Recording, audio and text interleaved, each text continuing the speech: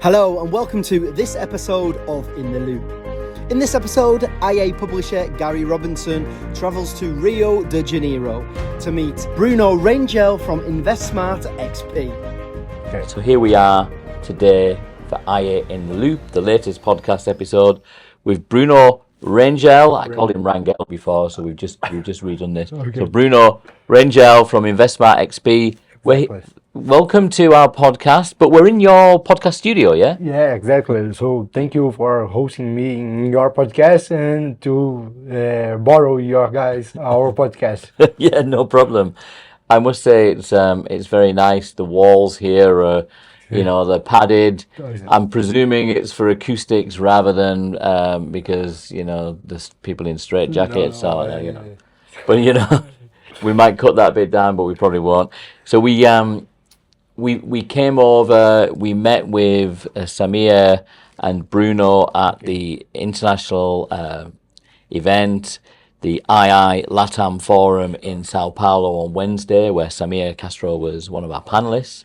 I interviewed him on the stage in front of our sold-out event, which was fantastic. And then we did part of our other podcast with the other Bruno. Okay. Did he call you the two Brunos or how? Yeah, he's the main Bruno and I'm the Bruno. He's Bruno 1, you're Bruno 2. Exactly. Yeah. He came way before me.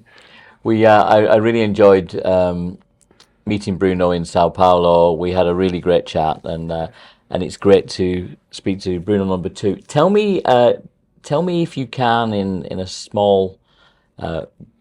In a few words, what's your role here? What do you do? Tell me about your job. Sure.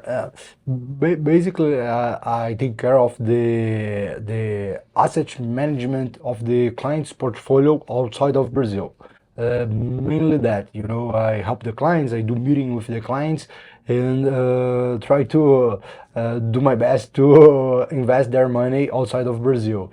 It's mainly that, has a lot of little things besides these, but the main goal is to take the money from the client in Brazil and do a good job investing this money outside of Brazil, trying to bring the best that we can in the international market, with the best ETF that we can find, with the best equity funds that we can find. We have a lot of fixed income, like bonds and funds of fixed income, because something funny, the Brazilian investor, they are much more conservative. They don't tend to invest a lot in stocks and equity in Brazil.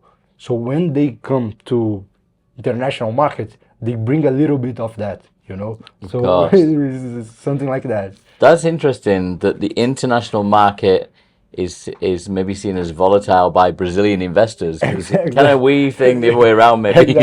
Exactly.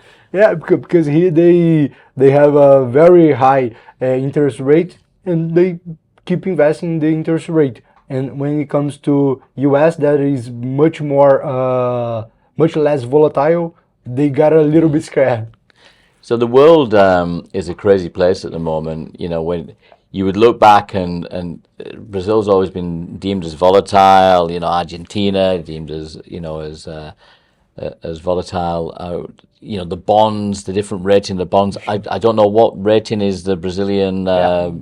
Brazil now is like high yield. It's not investment grade. Yeah. So it's a little bit more volatile. What rating there's like an S&P? It's like whatever 5-star or. If I'm not mistaken, it's like double B plus. Oh, double B. Yeah. So you get AAA rated, AA, A. When double B at the moment. Exactly. When we are talking about like triple B is already investment grade.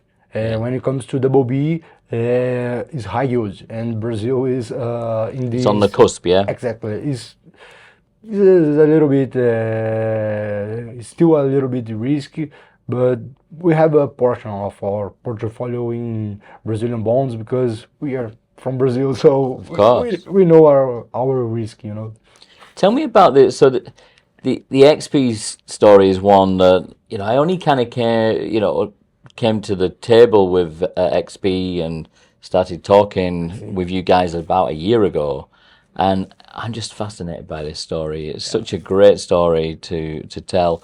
If you can give us like a small version, what is, to anyone who's never heard of InvestSmart XP?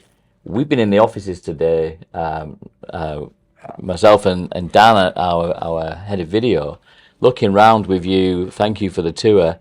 This is huge, this building. Yeah. So this is a big operation. Tell me how it started and what it's all about. Back then, Samir and Bruno,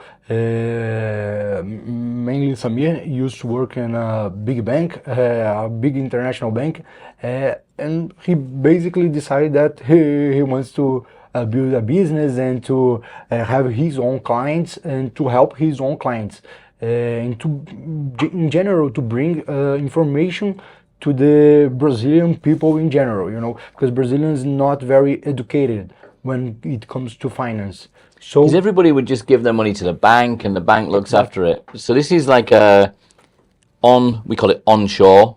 So this is a onshore Brazilian operation that's an alternative to the bank. Is that fair? exactly. Yeah. Yeah. The main goal of Samir and Bruno was to bring information and to do a very good job to the clients, so they can have a more impartial way of dealing with their money, than comparing to the banks, And they started back then, and they were growing, and Bruno takes care of this expansion part, and he was seeing that was the future, and start hiring more and more consulting, and now we are. How big are you now and how does it look? In terms of offices like this one that we are, a little bit smaller, but offices we have more than 100. We have more than 1,500 consulting that work with us. We are reaching in terms of AUM, something like that. In Brazil, 29 billion reais, almost 30 billion. Next time you guys are here, we will be above this mark. But in general, these are the main numbers, And you're looking at the moment towards doing more in the investments in the international space, but also, giving the opportunity for Brazilian investors that traditionally want to keep their money in Brazil, which I think sounds odd given the volatility. Yeah. Why would you want to do that? But maybe that's in the education part. Exactly. So is this part of your role is to ensure that the investors and the advisors as well make sure that people understand that the benefits of the international offshore market? No, exactly. I do the asset management, but part of the asset management is to convince the client to take their money to US and something like that. And it's very, very, how can I say, it's a slow job that takes time and take a lot of conversation and a lot of showing the client that is better for him, Yeah. I'm a little bit suspect because I work in the international part, but we see like a very good opportunity for the clients to have at least 20%, 15% of their money outside of Brazil. Because as you were saying, Brazil is a risky place, it's high yield, is stable. The politicals is a little bit messy sometimes. So It can be, and of course, we call it geopolitically speaking, the investments that are being taken outside of Brazil. Now the government has added a tariff, I believe. Exactly. Was that this year or last year? I can't remember. This year is like EOF. They put up the EOF, so it's much harder for the the Brazilian people to take their money outside of Brazil because they have a bigger tariff now. So how do you stop? How do you do that then? Because it's the international side. You got to convince them. How do you get around that? Is it because they will earn the higher percentage, or how do you talk about that? In general, from my perspective, you know, the two main issues to taking the money from Brazil to outside of Brazil is, first one is the interest rate. The interest rate in Brazil is 15%. So you give your money to the Brazilian treasury, and he gives you back 15%. So it's very high. Pretty good. Yeah, exactly. When you compare to US. Can I put my money in there? Yeah, I do a little bit of carry trade, something like that. But that's the main problem. And the other problem is the how can I say? The Brazilian people gets a little bit worried about taking their money outside of Brazil because they don't know. When they don't know, it's a little bit hard. So we have to do all this work about bringing information, bringing education for them to realize that keeping all your money in Brazil is risky. The reason that we're here today, you know, we met the guys in Sao Paulo, and they said, you know, I said, we're going to Rio anyway, and they said, go and pop into the office. So I'm incredibly grateful for your time today. Thank you for looking after us, giving us this tour. I'm blown away by this location. Okay. I mean, and you pointed out you live over the water, you come in on the boat, you've got Sugarloaf, you've got the Christ the Redeemer statue on one side. You can see everything from the office. Yeah. As a proud Brazilian, it must make you feel, you know, incredibly proud to work somewhere like this. No, I love to work in Rio. You know, the office in Rio, you can feel all the Rio. You know, all the places. You're right. It's very nice to work here. I think one thing that Investment International and International Advisor has kind of done over the years, we genuinely believe the only way to truly find out about a place is to visit. So thank you for allowing us to visit you today. My pleasure. And you know, I genuinely think that Brazil is, you know, it's just really surprised me. The financial district around here is extremely, it's really well put together. The buildings are fantastic. I didn't know what to expect as a foreigner coming in. You know, you do your research and you're just told that Brazil's volatile. Watch out. Maybe look at companies like InvestSmart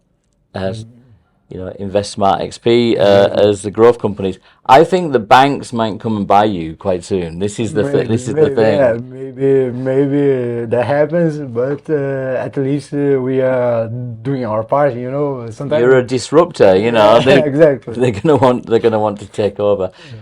Bruno, thanks for your time today. No. Have a wonderful weekend.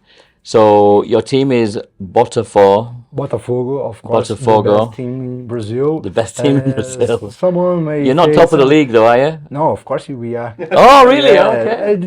G4. Who do you play tomorrow? We are playing Atlético Mineiro. Oh, right, yeah. Yeah, but it's easy. We won them in the final of Copa Libertadores. Yeah. With only 10 players, so it's gonna be easy. no problem. Yeah, so well, hopefully, Dan and I will get the chance to go to the football tomorrow on our day off before we fly back to England. Bruno, thank you so much for your time today. Real pleasure. Thank you. Pleasure.